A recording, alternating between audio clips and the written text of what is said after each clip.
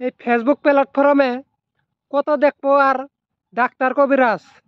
Doctor কবিরাজের কোনো অভাব নাই, আর মিথ্যা কথার কোনো অভাব নাই। এক কবিরাজ বলতাছে সবাই আমার বাড়িতে আসুন, আমাকে সাপোর্ট করে যান, আমি সবাইকে কন্টেন্ট মনিটাইজেশন নিয়ে দিব। আরে ভাই, আপনি এই মিথ্যা কথার চাইয়ে বিরত থাকুন। আপনি যদি কন্টেন্ট মনিটাইজেশন যদি আনিয়ে দিতে পারলেন নি, তাহলে ফেসবুক কোম্পানির পিছনে আপনি পড়ে থাকতেন না, ইতিমের মতো আপনি পড়ে থাকতেন না।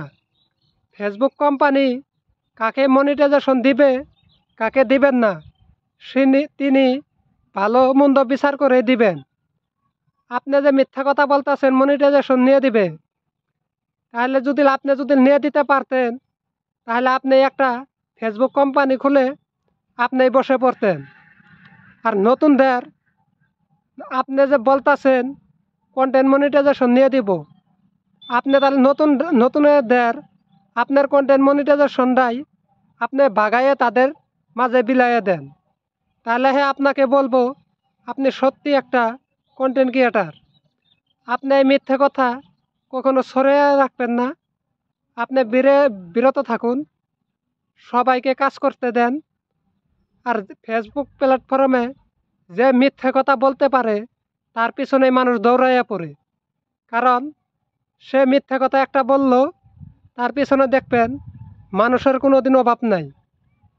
লাইক, কমেন্ট, শেয়ার তার পোস্টে লাখ লাখ পড়ে যায়। আর যে সত্য কথা দিয়ে ভিডিও পোস্ট করে, তার পিছনে মানুষ লাইকও করে না, কমেন্টও করে না। আজকাল সত্য কথার চাইয়ে মিথ্যে কথার দাম বেশি, মিথ্যে কথা মানুষ সাপোর্ট করে বেশি। তাই আমরা যারা আছি, আমরা তো আর মিথ্যে কথা বলবো না। আমরা যেটুক পারি সত্য কথা দিয়েই ভিডিও বানাই যাব। মানুষ লাইক করুক বা কমেন্ট করুক বা না করুক, তা কোনো দিন আমাদের যায় আসে না। আমরা ভিডিও ছেড়েই যাব। ছেড়তে একদিন আল্লাহ পছন্দ যদি লাগে, সে একদিনে আঙ্গর সারা মাসের মাসুল দিয়ে দিবে।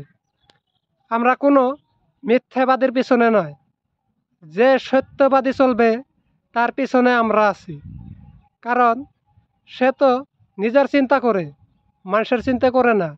সে সত্য কথাকে বিক্রি করে খায়, আর মিথ্যা কথা দুনিয়াতে ছড়াইয়ে যায়। তার পিছনে থাকার চাইয়ে না থাকা অনেক ভালো। তাই আমরা তার পিছনে কখনো পড়ে থাকবো না, আমরা মিথ্যাবাদীর পিছনে কখনো থাকবো না, আমরা সত্যবাদীর পিছনে আছি। ভিডিওটা এই পর্যন্তই করলাম। যদি ভালো লাগে লাইক, শেয়ার, কমেন্ট করে যাবেন ইনশাআল্লাহ।